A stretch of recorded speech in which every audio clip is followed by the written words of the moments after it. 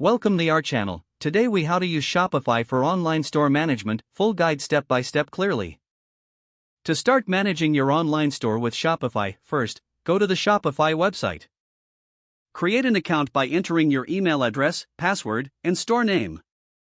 Once your account is created, you'll be taken to the Shopify dashboard. Begin by setting up your store's settings. Navigate to the settings option at the bottom left of the dashboard. In the General section, fill in your store details, including address, currency, and time zone. Next, set up your payment providers under the Payments tab. Choose the payment methods you want to offer your customers. For ensuring security, enable SSL certificates for your store. Now, head to the Shipping section to configure your shipping options. Determine your shipping rates and regions you want to ship to. After setting up shipping, go to Products on the left menu.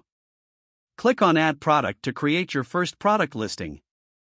Upload high-quality images, write a compelling description, and set a price.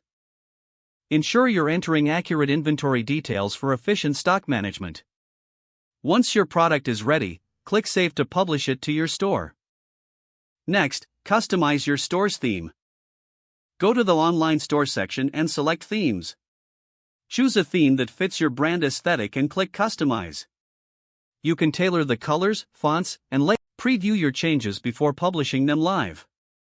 Now, set up a domain name to improve your store's branding.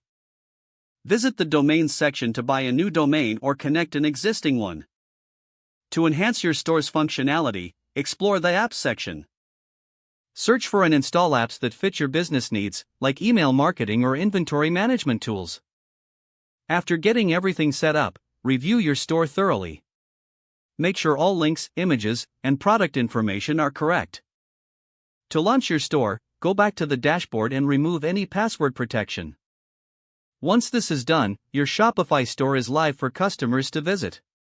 Regularly monitor your store's performance under the Analytics section.